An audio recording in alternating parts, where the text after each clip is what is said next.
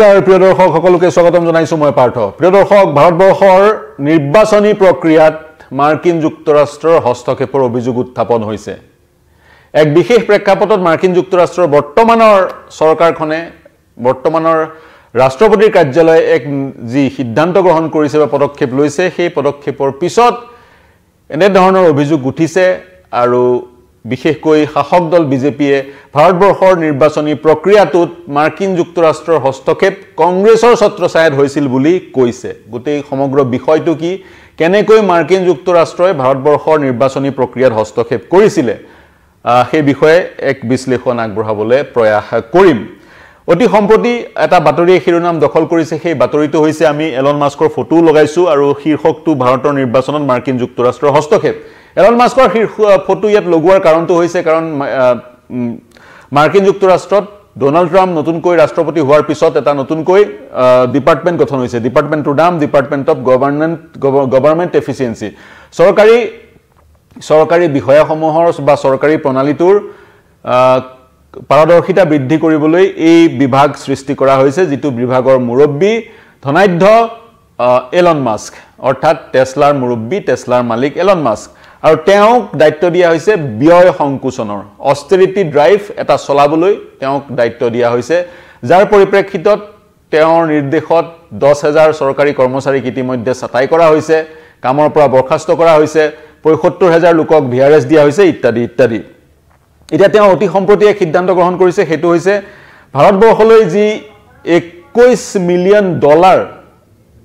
অনুদান মাৰ্কিন যুক্তৰাষ্ট্ৰৰ পৰা আহিছিল ইউএছ এইডৰ যোগেদি সেই অনুদান বন্ধ কৰা হৈছে সেই অনুদান ভাৰতবৰ্ষত ভোটাৰ টাৰ্ন আউট নিৰ্বাচনত ভোট দিবলৈ যাতে অধিক লোক আহে সেই কথা সুনিশ্চিত কৰিবলৈ ব্যৱহাৰ কৰা হৈছিল এতিয়া ব্যৱহাৰ বা সেই ধন ভাৰতবৰ্ষলৈ প্ৰেৰণ কৰা তেওঁলোকে বন্ধ কৰিছে তেওঁলোকে এটা নীতিগতভাৱে সিদ্ধান্ত গ্ৰহণ কৰিছে হেয়া হৈছে মাৰ্কিন যুক্তৰাষ্ট্ৰৰ নাগৰিকৰ সিটিজেনৰ টেক্সৰ পইচা কৰৰ ধন এই ধৰণে বিদেশলৈ প্ৰেৰণ নকৰে মূলত মাৰ্কিন যুক্তৰাষ্ট্ৰৰ নাগৰিকে যি কৰ পৰিশোধ কৰে সেই কৰৰ ধন মূলত তেওঁলোকে কনসেন্ট্ৰেট কৰিব মাৰ্কিন যুক্তৰাষ্ট্ৰৰ কামত এতিয়া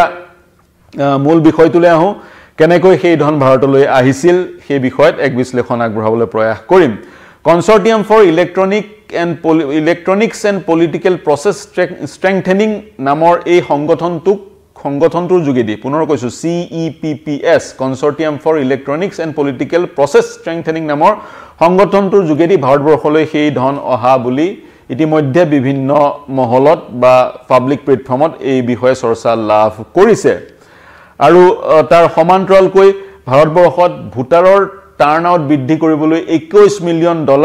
প্ৰেৰণ কৰা হৈছিল বুলি এলন মাস্কৰ কাৰ্যালয়ৰ পৰা কোৱা হৈছে যি ধনৰ ব্যৱহাৰ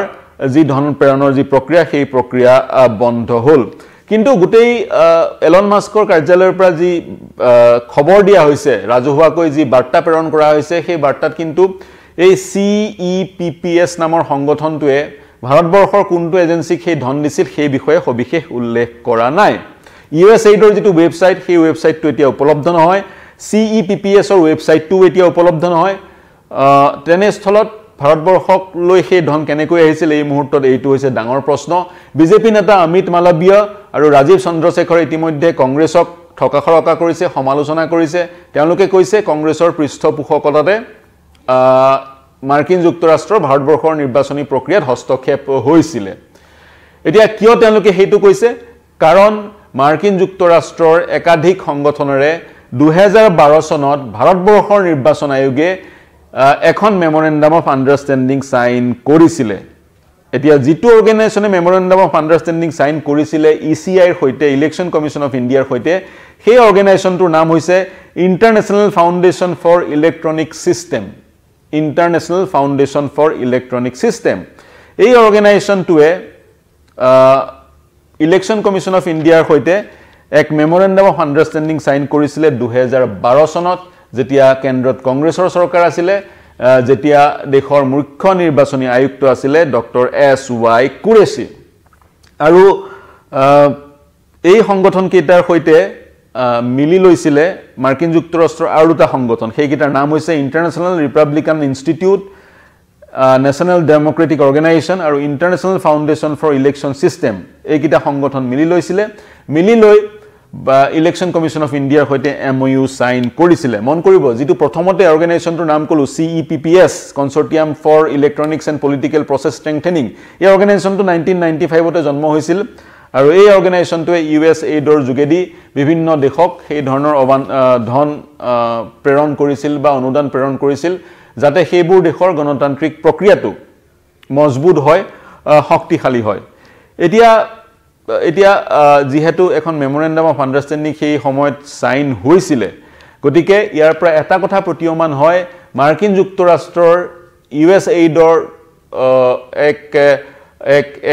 USAIDৰ এক কানেকশ্যন ভাৰতবৰ্ষৰ নিৰ্বাচন আয়োগৰ লগত আছিলে এটা ধনৰ লেনদেন হৈছিল নাই SY কুৰেছিয়ে ৰাজহুৱাভাৱে মন্তব্য কৰিছে তেওঁ মানি লৈছে হয় বিশেষকৈ ভাৰতবৰ্ষৰ নিৰ্বাচনী প্ৰক্ৰিয়াটোত জড়িত ইলেকশ্যন মেনেজাৰ সকলৰ কামকাজৰ বিষয়ে যাতে আন দেশৰ লোকসকল বা সেই প্ৰতিষ্ঠানসমূহ অৱগত হয় বা ভাৰতবৰ্ষই যি ধৰণে সুচাৰুৰূপে নিৰ্বাচন প্ৰক্ৰিয়াটো পৰিচালনা কৰে সেই প্ৰক্ৰিয়াটোৰ বিষয়ে যাতে আন দেশৰ লোকসকল বা আন দেশৰ নিৰ্বাচনী প্ৰক্ৰিয়াৰ সৈতে জড়িত লোকসকল যাতে অৱগত হয় আৰু সেইখন দেশৰো যাতে নিৰ্বাচনী প্ৰক্ৰিয়াটো শক্তিশালী হয় সেই উদ্দেশ্যৰে সেই মেমোৰেন্ডাম সাইন হোৱা বুলি তেওঁ কৈছিলে তেওঁ স্পষ্ট কৰি দিছে কোনো ধনৰ লেনদেন হোৱা নাই বুলি কোনো ধনৰ অব্লিগেশনছ নাছিল বুলি আৰু তেওঁ কৈছে ইন ব্ল্যাক এণ্ড হোৱাইট লিখিতভাৱে কোনো ধনৰ লেনদেন নহয় বুলি ইতিমধ্যে তেতিয়াই মেমোৰেন্ডাম অফ আন্ডাৰষ্টেণ্ডিংখন সাইন কৰোঁতে স্পষ্ট কৰি দিয়া হৈছিল তেওঁ কৈছে ইলেকশ্যন কমিশ্যন অফ ইণ্ডিয়াৰ দ্বাৰা পৰিচালিত এটা প্ৰতিষ্ঠানটোৰ নাম হৈছে India international institute of democracy and electoral management এই প্ৰতিষ্ঠানটোৰ সৈতে যিটো প্ৰতিষ্ঠানৰ কথা মই ক'লো international foundation for electronic system আৰু international foundation for Electral system এইকেইটা সংগঠনে MOU সাইন কৰিছিল ভাৰতবৰ্ষৰ নিৰ্বাচনী প্ৰক্ৰিয়াটো জানিবলৈ ধনৰ লেনদেন কোনো ধৰণে হোৱা নাই যদিহে ধনৰ লেনদেন কোনো ধৰণে হোৱা নাই আৰু যদিহে এলন মাস্কে USAIDৰ যোগেদি ইণ্টাৰনেশ্যনেল ফাউণ্ডেশ্যন ফৰ ইলেক্ট্ৰল ছিষ্টেমলৈ ধন প্ৰেৰণ কৰা বুলি কৈছিল যি ধন প্ৰেৰণ কৰা ব্যৱস্থা বন্ধ হ'ল $21 মিলিয়ন ধন প্ৰেৰণ কৰা বুলি কৈছিল সেই $21 মিলিয়ন ধন কাক দিয়া হ'ল ইলেকশ্যন কমিশ্যনে যেহেতু স্পষ্ট ইলেকশ্যন কমিশ্যনৰ প্ৰাক্তন মুৰব্বী SY কুৰেছিয়ে যিজন ব্যক্তিৰ কাৰ্যকালৰ সময়ত সেই মেমোৰেন্ডাম অফ আন্ডাৰষ্টেণ্ডিংখন সাইন হৈছিল তেওঁ যেহেতু স্পষ্ট কৰিছে কোনো ধনৰ লেনদেন হোৱা নাছিল ইফালে এলন মাস্কে ক'ব বিচাৰিছে $21 মিলিয়ন ভাৰতবৰ্ষলৈ ভোটাৰ টাৰ্ণ আউট বৃদ্ধি কৰিবলৈ প্ৰেৰণ কৰা হৈছিল বিগত সময়ত সেই প্ৰক্ৰিয়াটো বন্ধ কৰি দিয়া হৈছে সেই ধন কাক দিয়া হৈছিল এই মুহূৰ্তৰ ডাঙৰ প্ৰশ্ন এই প্ৰশ্নৰ উত্তৰ বিচাৰিবলৈ চাগে অনাগত সময়ত তদন্তৰ প্ৰয়োজন হ'ব পাৰে তাৰ লগতে আৰু এটা কথা কৈ দিওঁ যি সময়ত বিজেপিৰ নেতাসকলে কংগ্ৰেছক দোষাৰোপ কৰা পৰিলক্ষিত হৈছে সেই সময়ত কিন্তু ইণ্টাৰনেশ্যনেল ফাউণ্ডেশ্যন ফৰ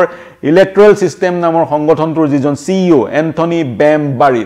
তেওঁ 2023 চনতো সামিট ফৰ ডেমক্ৰেচি শীৰ্ষক এক যি আলোচনা চক্ৰ অনুষ্ঠিত হৈছিল সেই আলোচনা চক্ৰত অংশগ্ৰহণ কৰিছিল আৰু তাৰ সমান্তৰালকে আজি কেইমাহমানৰ আগতে দিল্লীত ইলেকশ্যন কমিশ্যন অফ ইণ্ডিয়াই এখন কনফাৰেন্স পাতিছিল ইণ্টাৰনেশ্যনেল ইলেকশ্যন মেনেজমেণ্ট বডিসমূহৰ সৈতে সেই কনফাৰেন্সখনতো কিন্তু IFESৰ এইগৰাকী মুৰব্বী এন্থনী বেমবাৰী আহিছিল অৰ্থাৎ বিজেপিৰ শাসনৰ সময়তো দুবাৰকৈ এইজন ব্যক্তি ভাৰতবৰ্ষলৈ আহিছিল দুখনকৈ আলোচনা চক্ৰত তেওঁ অংশগ্ৰহণ কৰি থৈ গৈছে গতিকে এতিয়াও স্পষ্ট হোৱা নাই কেনেকৈ ভাৰতবৰ্ষৰ এই নিৰ্বাচনী প্ৰক্ৰিয়াত মাৰ্কিন যুক্তৰাষ্ট্ৰৰ হস্তক্ষেপ ঘটিলে ভাৰতবৰ্ষৰ নিৰ্বাচনী প্ৰক্ৰিয়া ভাৰতবৰ্ষৰ আভ্যন্তৰীণ বিষয় যদিওবা ভাৰতবৰ্ষৰ নিৰ্বাচনী প্ৰক্ৰিয়া পৰিচালিত হৈ থকাৰ সময়ত বিভিন্ন দেশৰ অবজাৰ্ভাৰ থাকে ইউনাইটেড নেশ্যনছৰ অবজাৰ্ভাৰ থাকে কিন্তু তেওঁলোক অবজাৰ্ভাৰ হিচাপেহে থাকে তেওঁলোকে নিৰ্বাচনী প্ৰক্ৰিয়াটোত বা ভোটাৰৰ টাৰ্নঅভাৰ বৃদ্ধি কৰাৰ ক্ষেত্ৰত তেওঁলোকৰ কোনো ধৰণৰ অৱদান নাথাকে বা তেওঁলোকৰ কোনো ধৰণৰ হস্তক্ষেপ নাথাকে তেনে স্থলত ইলেকশ্যন কমিশ্যন অফ ইণ্ডিয়াৰ সৈতে মাৰ্কিন যুক্তৰাষ্ট্ৰৰ এটা প্ৰতিষ্ঠানে ভাৰতবৰ্ষত ভোটাৰৰ টাৰ্নঅভাৰ বৃদ্ধি কৰিবলৈ মেমোৰেন্ডাম অফ আন্ডাৰষ্টেণ্ডিং সাইন কৰি ধন প্ৰেৰণ কৰা কাৰ্যত এতিয়া সকলোতে চৰ্চা লাভ কৰিছে বা এই বাতৰিয়ে সকলোতে চৰ্চা লাভ কৰিছে তাৰ বিপৰীতে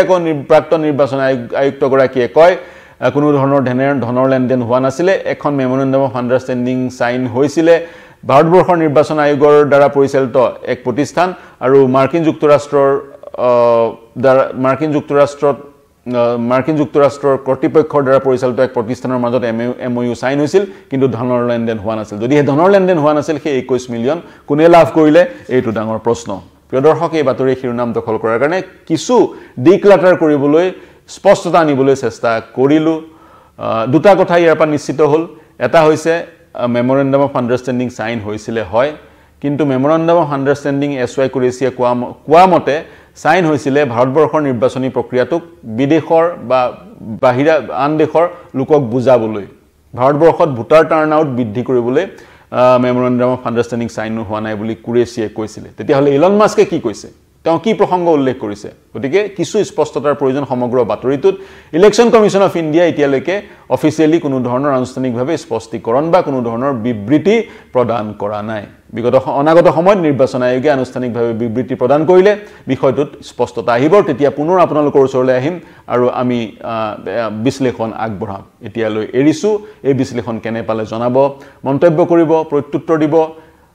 আমাৰ এই বিশ্লেষণৰ সন্দৰ্ভত যদি কিবা অতিৰিক্ত তথ্য আছে আপোনালোকে সেই তথ্য আমাক দিব পাৰিব আমাৰ ইউটিউব চেনেল আৰু ফেসবুক পেজৰ কমেন্ট সেকশনত প্ৰৱেশ কৰি তাৰ সমান্তৰালকৈ দেশ বিশ্ব ৰাজ্যৰ সকলো বাতৰিৰ কাৰণে ৰিয়েল টাইমত লাভ কৰিবৰ কাৰণে সাবস্ক্ৰাইব কৰক নিউজ 18 অসম নৰ্থ ইষ্টৰ ইউটিউব চেনেল আৰু ফলো কৰক আমাৰ ফেসবুক পেজ দেশ বিশ্ব ৰাজ্যৰ সকলো বাতৰিৰ কাৰণে চাই থাকিব নিউজ 18 অসম নৰ্থ ইষ্ট ধন্যবাদ